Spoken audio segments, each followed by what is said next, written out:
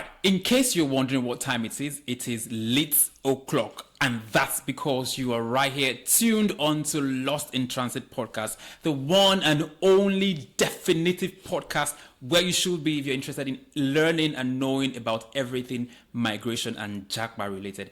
On this podcast, we bring to you different individuals, people who have distinguished themselves and demonstrated capacity and knowledge in different ways, even despite migrating to a new land. Today is no different. I have with me an OG, a very knowledgeable individual who's done loads of great work, especially in the music scene in the UK. And it gives me great pleasure because, can you imagine, it came with a bottle of wine. So we are going to be sharing this one while on the show. But I haven't mentioned the name. Yes, I do. I haven't mentioned the name. It's because today I am actually chilling with Daps on Lost in Transit podcast. Welcome to the show, Dapo. Thank you very Dapo, much. Yeah, that's yeah. So it's great. How are you getting on, UK? Good. So I'm going to be enjoying this show, particularly because of. I mean, we've got different accents. I love your accent. I wish we could swap. But really, I swear down. I like your accent. No, you don't. No, I do. Really? Yeah. So let's do an accent swap, for example. Okay. Try mine and I try yours. Okay. So I'll tell you what to say. Okay. Say. Hi, how are you? How are you faring? How are you finding the weather? How you finding the weather? No, that's not mine. That's okay, you want me to do yours? Do mine, yes. Oh, okay. Say it first. How are you finding the weather? How are you finding the weather? It's believed that, the way Africans speak or the way Nigerians speak, we're very emphatic. So that's why we hardly have the accents. We go, how are you finding the weather? So I love that. Do you? It's very expressive, yeah. Right. I really like that. I think it's it's good to be expressive. Right. Are you trying to be political now? No, not necessarily. Okay. I'm Nigerian, and I think that growing up in Ireland and in the UK and kind of always being told that you sound different and being made to feel that you're different wasn't very nice growing up. Right. So I think we need to appreciate everyone regardless of how they look or how they sound. And everybody should feel comfortable with their accents. What makes the American accent or the British accent better than any other accent in the world? Nothing, actually. Yeah. Just quite different. It's just different. Yeah. It's just what everyone or most people that live here are used to. Right. If you go to Nigeria and you hear Nigerian man speak, you have to respect how they speak. That's how they speak for a reason. And I like it. Right. Absolutely. And just to give context, I like yours, not because I wanted to replace mine. I just like the fact that I can, switch whenever I want to. And I'm working towards that. I find that like when I'm trying to be funnier with my friends, my Nigerian friends, my Nigerian accent comes out a bit more. Oh, does it? And it's fun because like I can tell jokes and people get it. But it only comes out usually when I'm more relaxed and settled down. Great. I hope you can find some sort of relaxation. Yeah, definitely. You can switch at some point. Oh yeah, you're gonna hear a drop. Do you speak Yoruba still? Yeah, I understand Yoruba quite well and I can speak it too. Oh, great. Can we have a go in Yoruba? Sure. Báwo ni? I'm Wapa. Ṣó ń gbádùn weather yìí? Well, Otutu dear. Nice. Yeah. That's okay. I like the fact that you're still very very much Nigerian, as it were. Fully Nigerian. Great. So I'm going to put you to a test and ask you a couple Nigerian questions. Sure. Oh, I like your energy. You really are ready for it, aren't you? Yeah, well, I don't know how well I'm going to do with this test. I'm not going to lie. No. This, you can't chicken out now. It's too late. No, I'm happy to Great. I'm not even going to let you chicken out. So, so are you ready for the questions now? Let's see. Great. So, who was Nigeria's first president? No idea. Oh, great. Interesting. It's Dr. Nnamdi Azikiwe. Oh, yeah, that's right. I remember that guy. Great. The guy. I love that. I remember learning about What did he him. look like, the guy? Oh, yeah, because he's on he used to be on one of the notes. Yeah, right? he still is. Did he have a hat on? I don't think so. No. Did he? No. Okay, now I'm going to embarrass myself. I don't know. Yeah, there you go. I know it was on one of the Nigerian notes. A lot of things have changed. Exactly, there you go. And it was a doctor, right? Doctor. It was. Yeah. Okay, great. So let's move on. So, who wrote the popular book Things Fall Apart? I should know this. I can't remember. Starts with a Chi. I can't remember. It's Chinua Achebe. Yeah. Okay, another one. I'm trying to find the easy ones for you. No, give me all the. I'm learning. I'm loving this. Things Fall Apart. Okay, you should know this So one. is it Chinua Achebe? Chinua Achebe, yeah. How do you say again? Chinua Achebe. Chinua. Yeah. How do you spell that? CHINUA Achebe. Achebe. ACHIBE. Schebe. Oh, sorry, my bad. Yeah, Yeah. Okay. yeah. Yeah. I'm learning. On it. Oh, So, absolutely, that's fine. I'm loving You it. should know this one. What is the title of Wizkid's album that featured the global hit Essence? Made in Lagos. Yeah, Yeah, no, that one. you know that one. That one. Everyone was. I didn't know that one, I promise You you. don't know that one. I'm not exactly a Wizkid fan, Not necessarily. if that's safe to say. It's I mean, a it is safe safe to space. say. This is a safe space. It's a safe space. Yeah. I mean, I liked him growing up. I liked the Superstar album, and that was it for me. Yeah. Because the Superstar album, I think I was back in uni. I was writing my project then, and it was what literally helped me go through that phase, that intense project phase. Yeah. It was hectic. But seeing a young guy, very young, great sound, different sound. That album was power packed with plenty they do. I really liked it. But ones after, not exactly a fan. Yeah, no, okay. Fair. Of course, we'll talk about music in this episode. But just before I forget, I still have a couple more questions for you before you make me forget. Sure. You should know this one. What year did Nigeria gain independence? 1960. Great. What river is the longest in Nigeria? River Niger. Oh, right. You're so great. Nigeria shares borders with how many countries? And what are they? I don't know if I know. I know it definitely one. Niger. Oh, yeah, correct. Is there Chad? Correct. Got two more. Is there Mali? No. No. Damn. I should know. I know Ghana is not sharing. No, borders. not. Yeah. Definitely. There's a Nigeria and popular Chad. one, yeah. There's a popular one. Yeah, there's a popular one. Tell me what? Cotonou. That's the city in there. Cotonou is in. Cotonou is a city in the country. Oh, it's isn't it? It's not Something Republic. Benin Republic. Yeah, correct. That's right. Yeah, that's the last one. Yeah, that was the. Oh yeah. So the last one. What? Just give me the first letter. C. C. Yeah. And it's not Chad. No, it's not. Cameroon. Yeah, correct. I was thinking Cameroon. Really? Yeah. Okay, those are people then. Interesting. So tell me about your time in Nigeria. You still sound like, I can tell from the way you answer the questions, you still have it in you. So tell me about your time in Nigeria. Yeah, the time in Nigeria was fun. We had a great time. This is what I've been told. Okay, I was born in Lagos, and my family moved to Kano when I was about 2 or 3 years old. Right. And I lived in Kano till I was about 13. Joking. Yeah. Nice. I loved it down there. Oh, well, up there because it's up north. Yeah. It was different, because I think living away from family and what you're supposed to know, what you're used to, opens your mind to different possibilities. And I found the Hausas to be really fascinating people. I got to experience what life was like with Fulanis as well.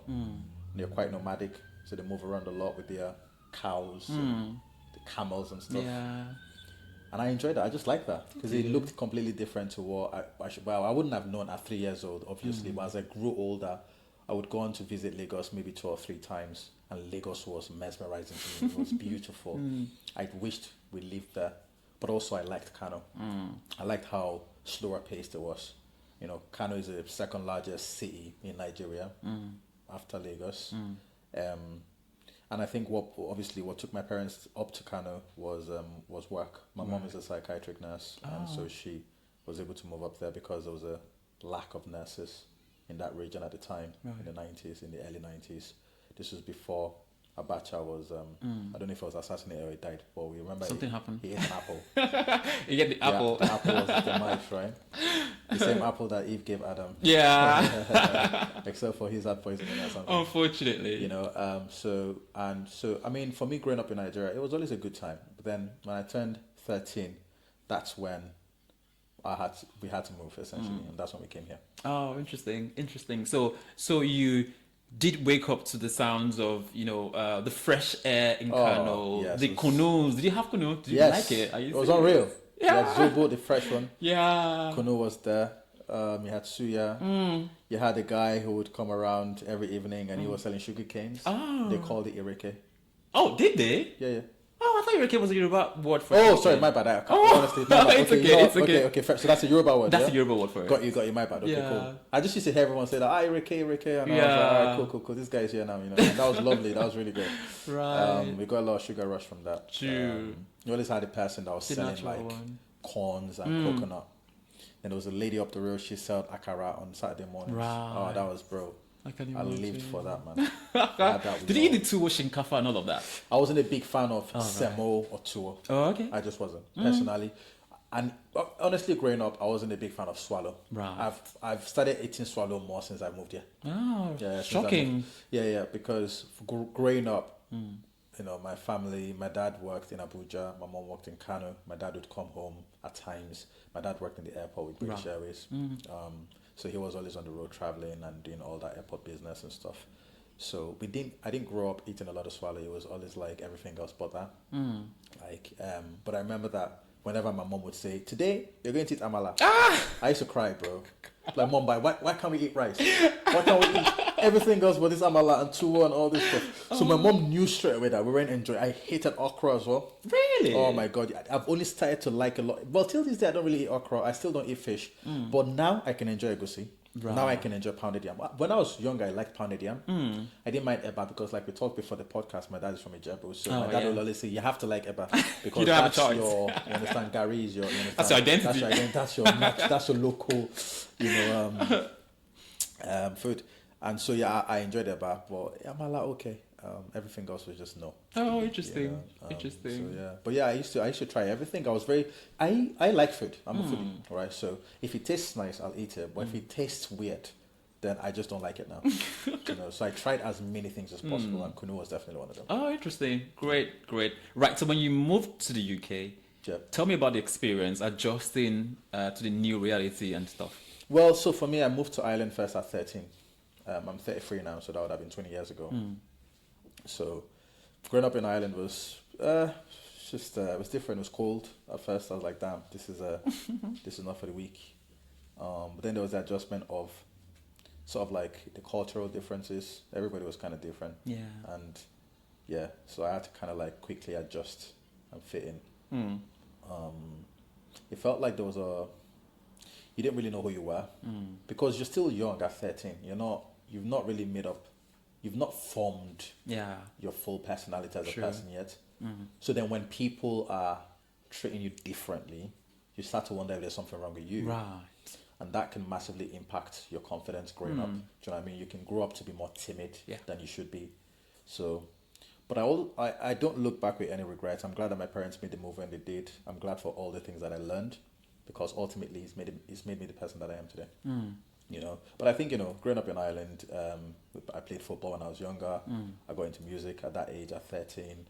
I went on to live in the US for a while when I went to uni. Went there to study for a bit and then went back to work for a bit again. Spent some time traveling around Europe.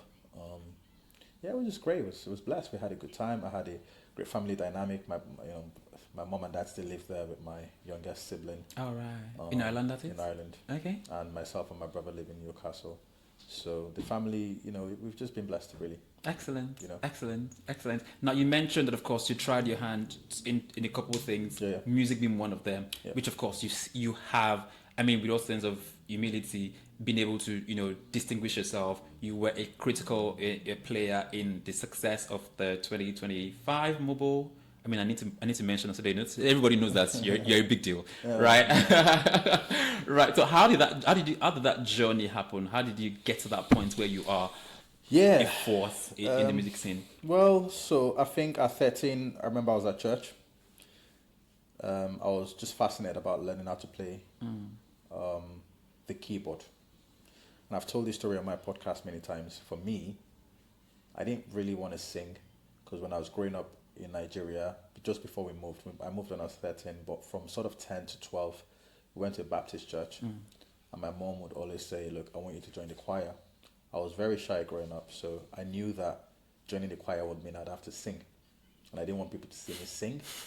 So reluctantly, I joined the choir, and I decided to join the alto department because they were in the middle. The trebles were in the front, and I didn't want anyone to see my face. Right. But then I realized that sometimes they could still see my face. So I thought, if I learn a musical instrument, nobody would talk to me. So that's where the initial fascination for playing music came. Because I realized that from the drummer to the keyboardist to the bassist, nobody talked to them. They talked to people when they wanted to. Right. But the musicians, the actual singers are always being told what to do and how to do. And I feel like from a young age, I didn't want to be told what to do by anyone, not in a rude way, but I just wanted to have my own autonomy. Right. So I started having that fascination for keyboards. And sure enough, when I moved to Ireland at 13, one day we were at McDonald's. I'll never forget. It was August 3rd. It was my brother's birthday. I'll never forget. I was eating a chip and a nugget. My pastor at the time called and said, speaking to my dad, I've been noticing that Dapper wants to play keyboards. We're starting to teach the kids. He can come and get a free lesson. Right. That was it. That's how I started learning. And I guess from that point on, I played in church. It was the best thing that could ever happen to me. Oh, bless. Because I was able to really develop my talent and my gift in the church. It was a great opportunity. But then I think I was around the age of like 20 when I realized that you could make money from music.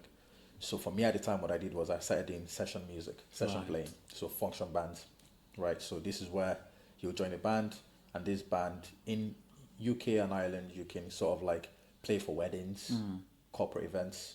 What they want you to do is come and cover original music, come and cover popular music basically. Right. So the music that everyone is already listening to.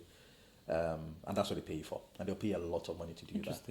So I remember my first ever gig that I did, I got paid €100 to cover about maybe 30 songs. I was just playing keys.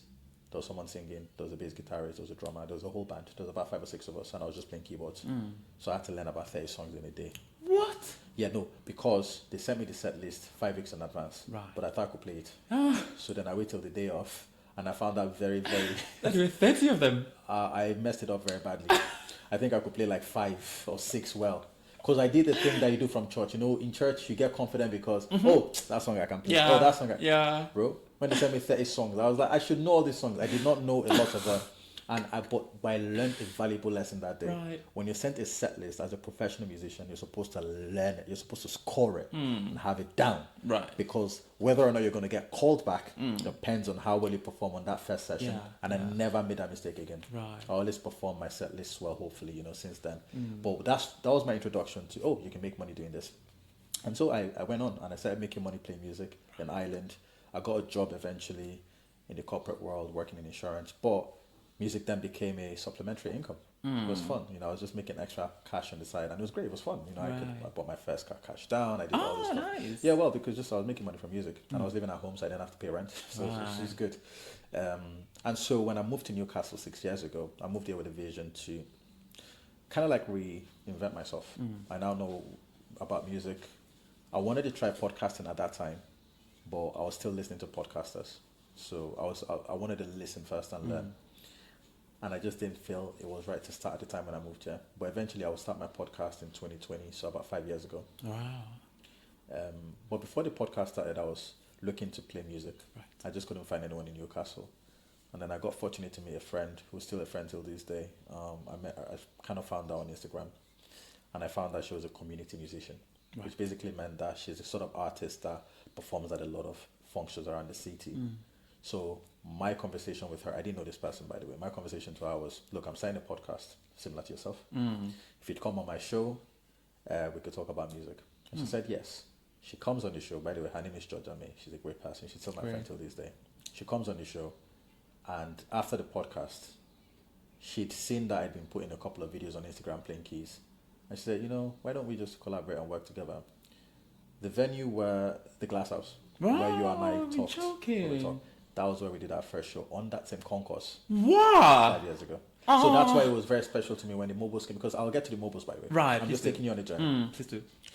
So it's very special to me because that was the exact same venue that I had my first official debut. And actually, what I wore that day, I wore an African attire. I was going to wear that here today, but that weather wasn't permitting me to. I was going to dress up for the show, but when I saw the cold, I had to put on my jacket on. You understand? But yeah, so that's the story of how I got started. And obviously, when I did that, the pictures were circulating all over social media. And I know this because on Facebook, because I got a call that same day from Voices of Virtue Gospel Choir. Do you remember them? Oh, they were at the mobile friends as well. Yeah. So those guys got me playing with them because, and one of the things I think fascinated them was my dressing.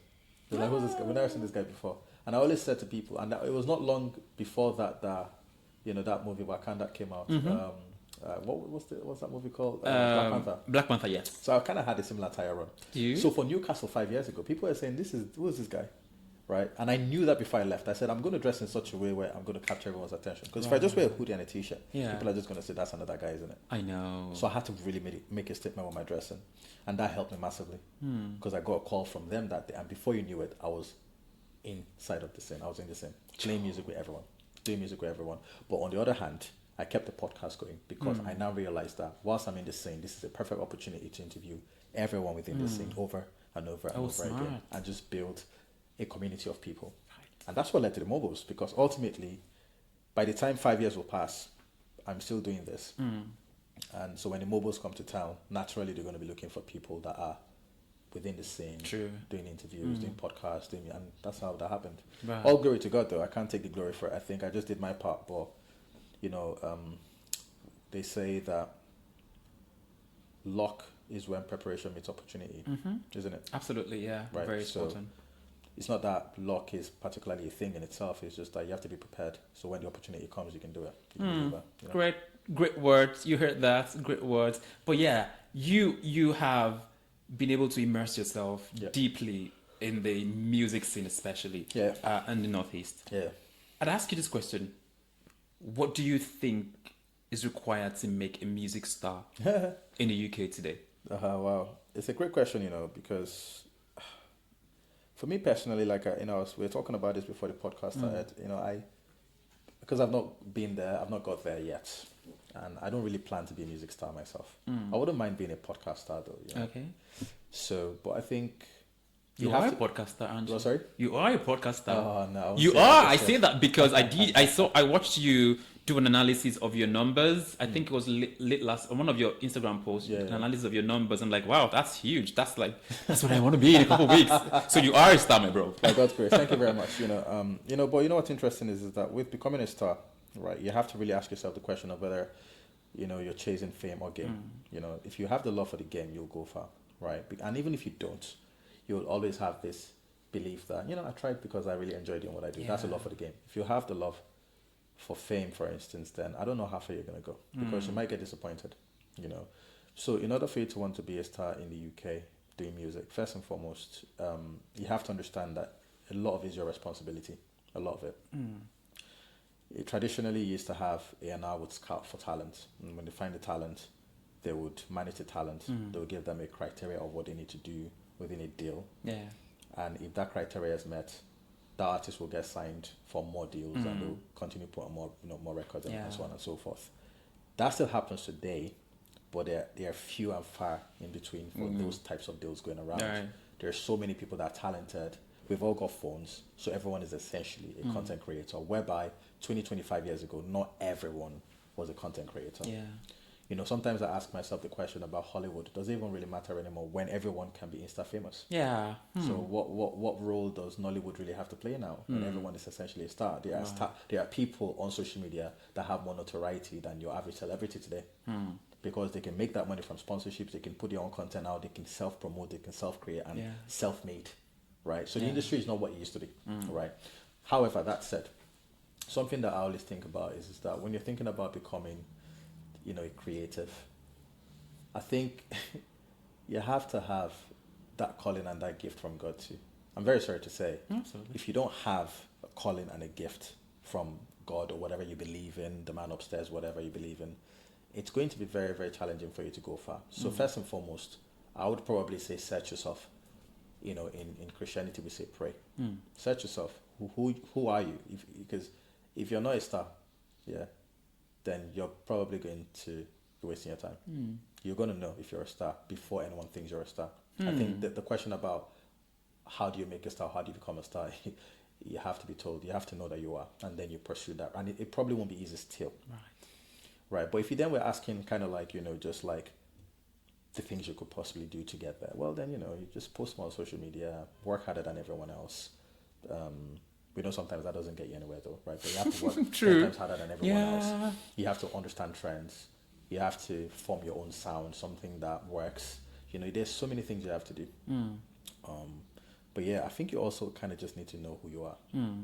What if you're not meant to be the star? What if you're meant to be the star pusher, the person that gets them there, Deep insights. Good. Yeah. But I guess, from the UK standpoint, there are quite a lot of artists. Another thing is that living in the Northeast, right? It's very challenging for you to become a music star, really, because all the record labels, all the A&Rs are in London. Right. And by virtue of like proximity, you have like three big record labels in one area in London. On King's Cross, you've got Warner Music, you've got Universal and Sony. Please, what makes you think they're going to come to Newcastle when there are three companies in London and everyone goes to London to give their talent? They don't need to go far. A&R actually, they're lazy. Yeah. So I'm sorry to say. They're very lazy. But they have to be, because they don't have to go far when there's talent circulating around them. True. They just have to go outside and everyone is on King's Cross. Does that make sense? So by the time they get to Manchester, but by the time they get to Leeds, by the time they get to Newcastle, that's why the mobiles took 20 years To get to Newcastle. to come to Newcastle. And they've hopped over, by the way. They've gone to Sheffield last year. Really? They've been to Leeds. They've been to Glasgow twice. Wow. They always bypass Newcastle. What do you think was the fascination this time around?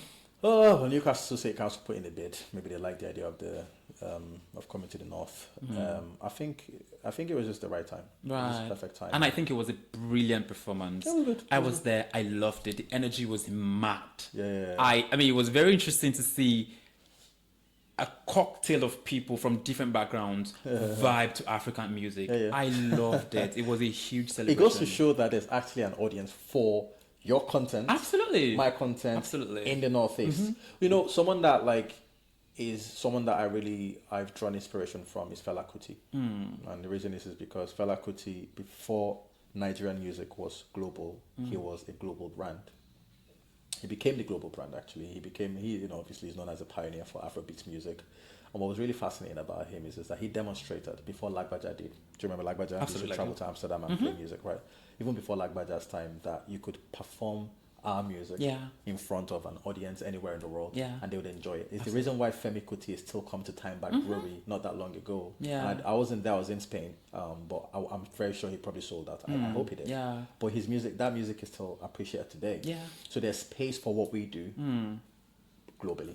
Great. I was going to ask you about Afrobeat, and I appreciate the fact that you already started the conversation earlier. And just to mention, I think Femi Kuti and his son were at Glastonbury last year, which of course, says a lot about what you just said as well. So let's talk about Afrobeat briefly. Yeah. There are conversations as to, it's pretty much Nigeria, Africa's biggest music exports. I mean, that genre. Yeah. But do you think that so far we've been able to exploit it enough, or do you think there are avenues to do even much more than has been done so far? What a good question. Wow. I think that with anything, you would always have room to do more. With anything, but like, I think some of the artists that have made it in Afrobeat are doing what they can to kind of like create new opportunities. Even if you did a feature with a younger artist, you're helping out the next generation. So that in itself is giving back, right? But I think what I would like to see is just more done in Nigeria. Right. Now, I don't know. I haven't been to Nigeria in 20 years, right? Okay. Since I moved here. We should work on that. I'll Oh drag you yeah, there. we can definitely work on that. I've got a few friends who are trying to get me to go. We will work on that. 30 December this year. No, I'm being very serious. Oh, great, People then. are trying to work on 30 December this year. Good. So we're really thinking about it. However, what's really interesting is that I don't know what's happening in Nigeria, so I can't categorically speak about what's happening there. But I'd like to see more things being done locally. Right. So, for instance, Tom's is a great example of a guy who recently, opened some kind of a football facility down in London, in his area, I think around Croydon. Right? He's giving back to his community. Although he's not a footballer himself, as a musician, he's found a way to create a facility that the local community can use. And maybe the next Alexander Isak is going to come from that. Who knows, right? Who knows, right? My point is that I don't hear enough about what Alexander Isak, I beg your pardon. That's a Newcastle player, yeah? Yeah. Oh, yeah, I remember because I did watch the match. Striker. Yeah. Oh, the lads. How are the lads? Yeah. Yeah, but you see, so like I don't see enough. Like I get it that like our artists are traveling all over the world and representing us, but what are they doing for our people though? That's what I don't understand. Do you understand? Like, what are they doing for the local kids? Like, where are the academies? Right. Where are the music schools? Right.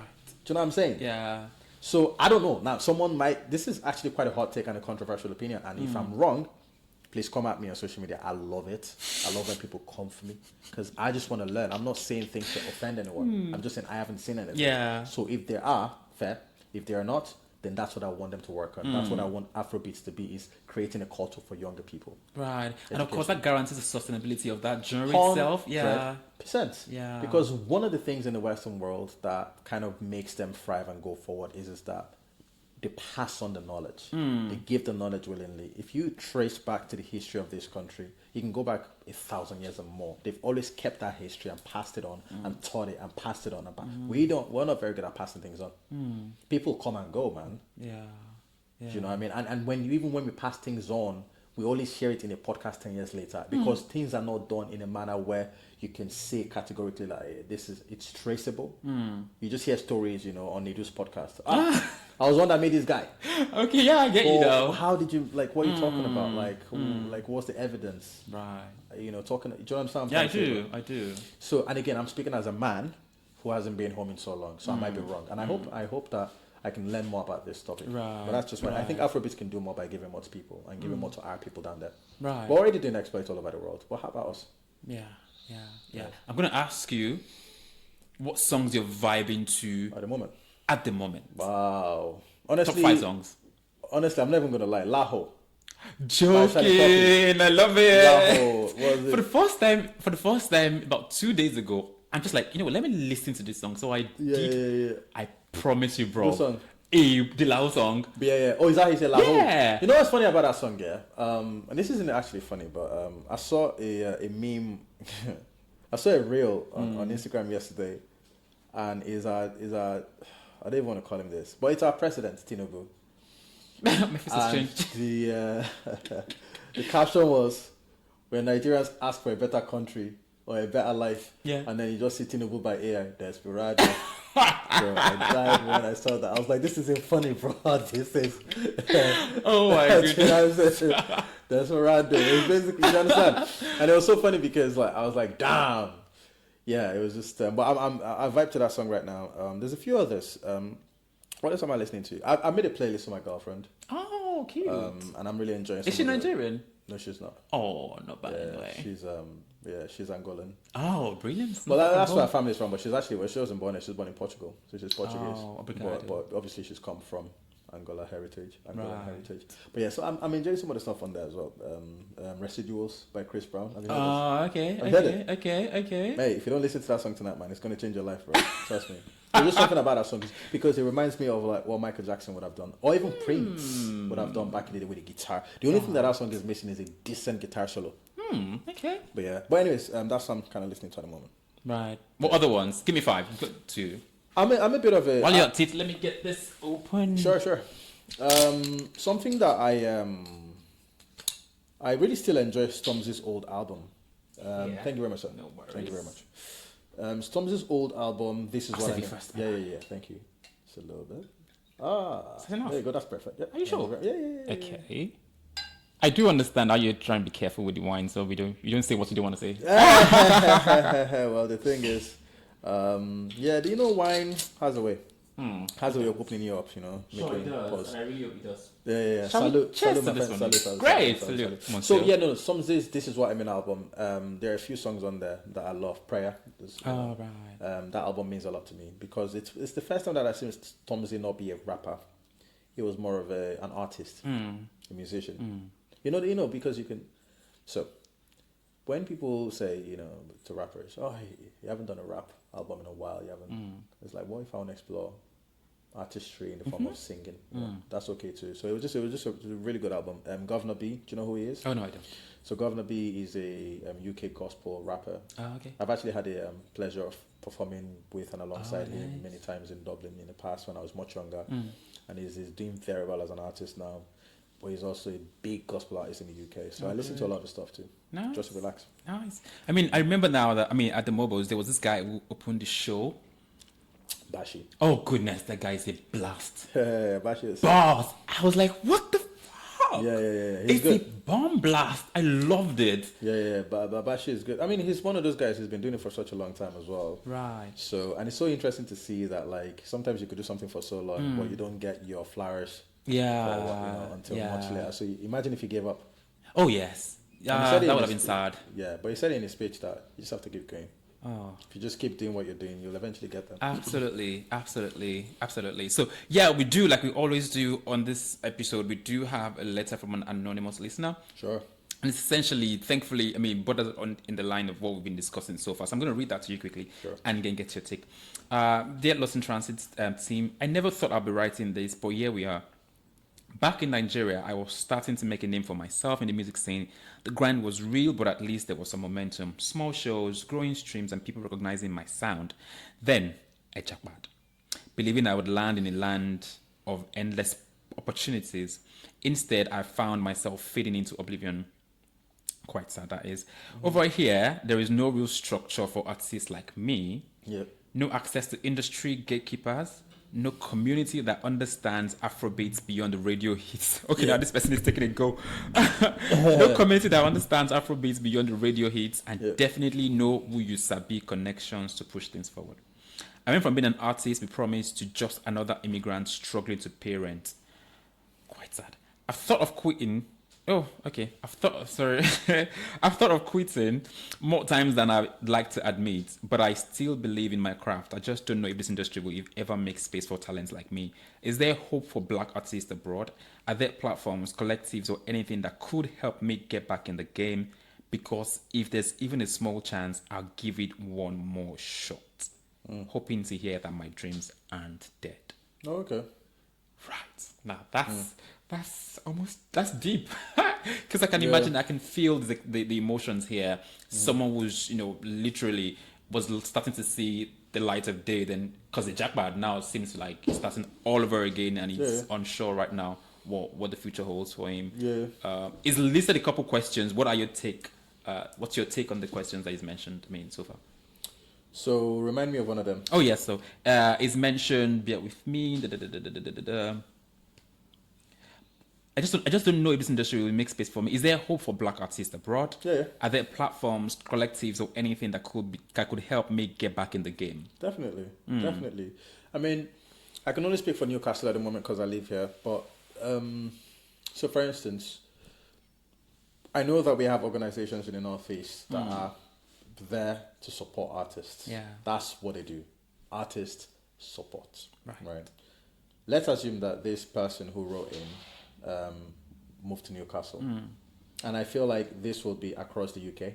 So they can apply this anywhere. You just need to find similar organizations. So for instance, in Newcastle, you've got Northern Roots. Northern Roots were heavily involved with putting and making sure that the mobile fringe happened. Right. They're there. And they've been in Newcastle for quite some time supporting artists like Georgia May, who I mentioned earlier.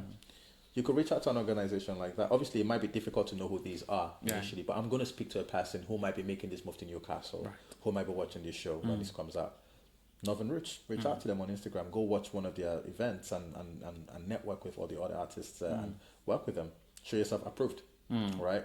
You've got Generator, you've got Northern Baby.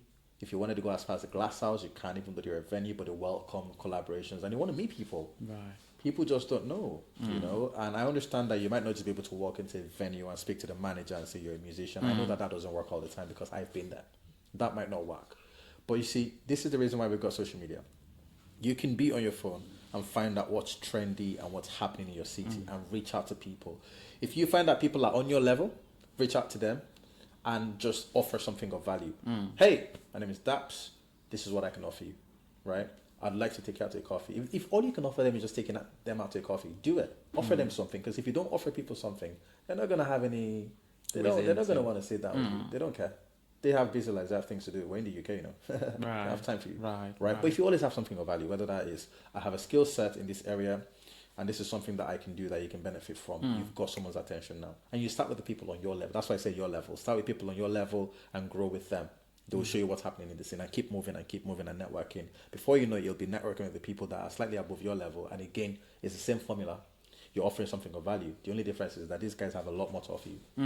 That's it. Right. So the idea that your dream is dead is only dead if you believe it's dead. When I went to church today, I learned that you have to look at faith like this, right? Some people want to see things to believe it, right? So I want to see something before I can believe it. And that's okay. That's on you. But how about believing it before you see it? So if you say that your talent is dead or your gift is dead, that's because that's what you're seeing right now. You're letting your situation determine who you are and what your outcomes are. That's not. You can't do that. You're not going to get far. Now we're in church. We move from podcast to church. I love it. But that's how it is. You have to get up and just get chasing. You've got your phone. What are you looking at on your phone anyway? I bet you when you're looking at your phone, there's a lot of stuff you're looking at. It doesn't sound like to me that you're looking at the right things. Because if you are, you'd know what's happening in your city and how to get the right opportunities. Right. Now that's deep. Right. Okay. Woo! Thank you for taking us to church. Hallelujah. Yes, sir, man. I got you, man. Happy Sunday, bro. This is why we record on the Sunday as well. Well, very coincidental, isn't it? Yeah. It's still fresh in the brain. Right. So, I mean, the UK, the music scene in the UK versus the one in the US. Oh, well, the US market is the biggest in the world. Or I should say that the US is really that's the fertile ground.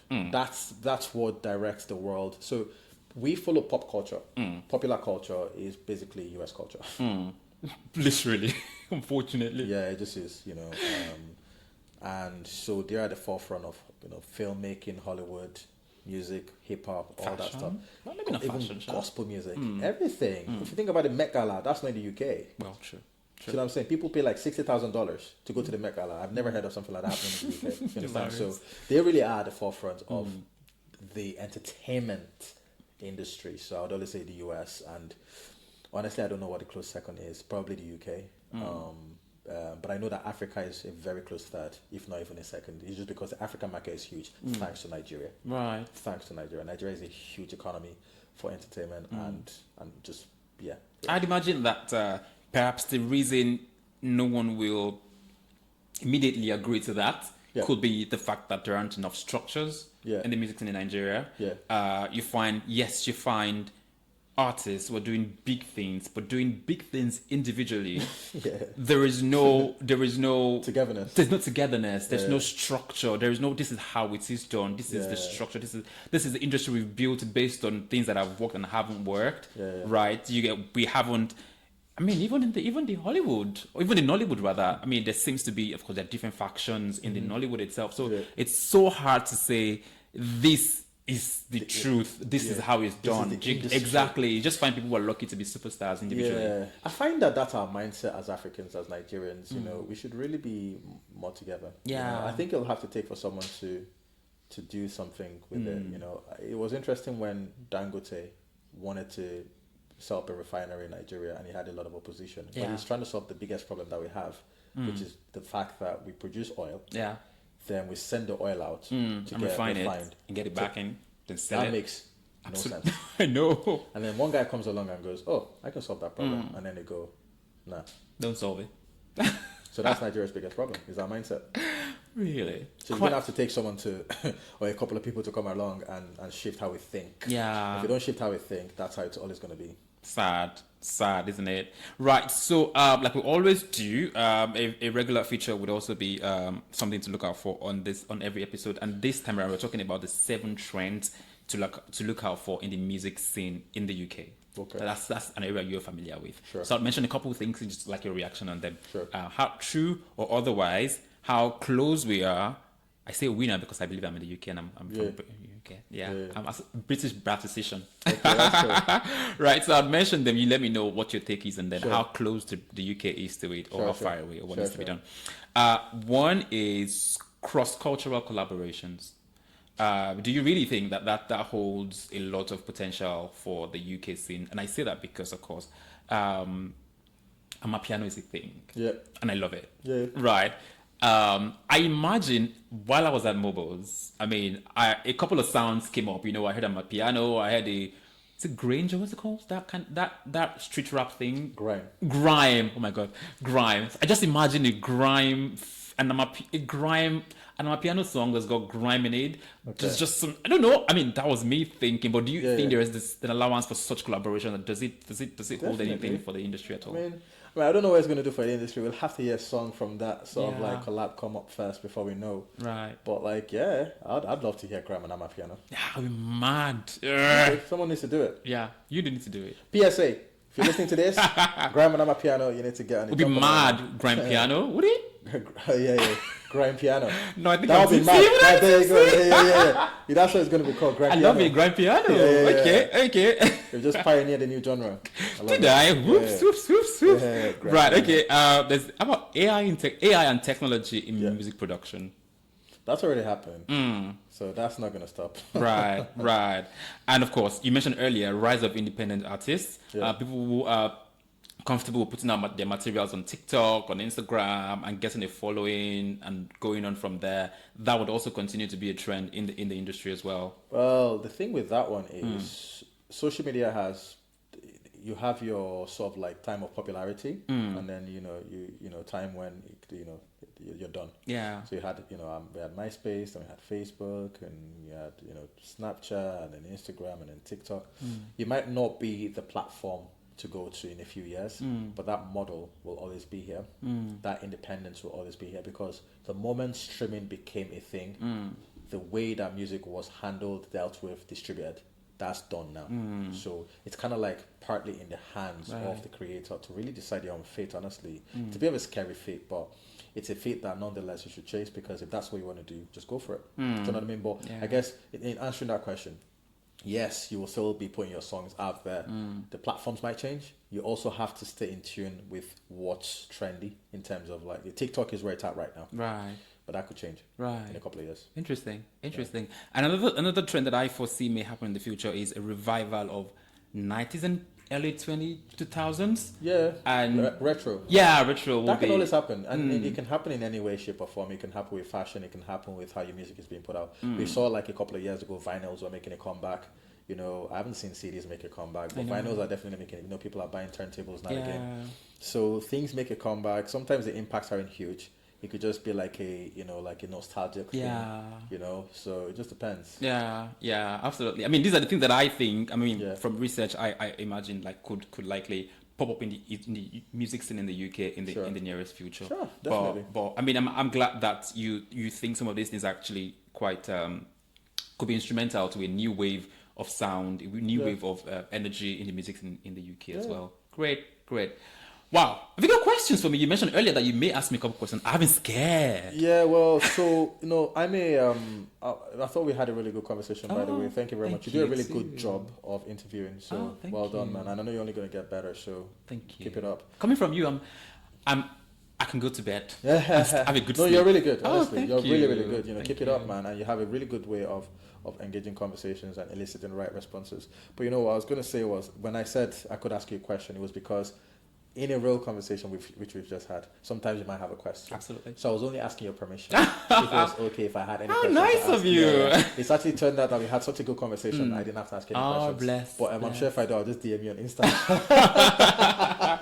Just DM you. Yeah, like, please I'm like, yo, guy, how about, And actually, I have a real question for you. Please do. How can we get Kunu in this country? No, that's a real question. Oh, yeah. How can we get Kunu? Everybody's bringing everything. The only thing they've not figured out is Kunu. That's the real logistical problem, isn't it? Right, it is. Because we have to figure out the source. What is Kunu? Okay, I'm a bit of a... I don't really know about this. I should probably research this. But where does Kunu come from? Because if therein we know where it comes from, problem solved. Yeah, you're very correct. I can start a Kunu stand. We should talk about that after the show. Absolutely. Awesome. I mean, because Kunu is something that is very crucial to the empowerment of the Nigerian people here. It's fuel. To the advancement. It's fuel. Kunu, I don't know how many companies Kunu has founded. The inspiration of the drank Kunu swear down to go and start a new business, a new venture. I don't know how many Kunu Dangote drank to have crazy ideas. You know what I'm saying? Yeah. He probably drank Kunu before he started the refinery. So Kunu actually needs to be a staple in every Nigerian home here. Yes. And I think that if you do that, he that drinks Kunu will find out. He that drinks Kunu thrives. Oh, yeah, I love it. He that drinks Kunu thrives. Yeah. Thank you so put that on the t-shirt. I definitely will.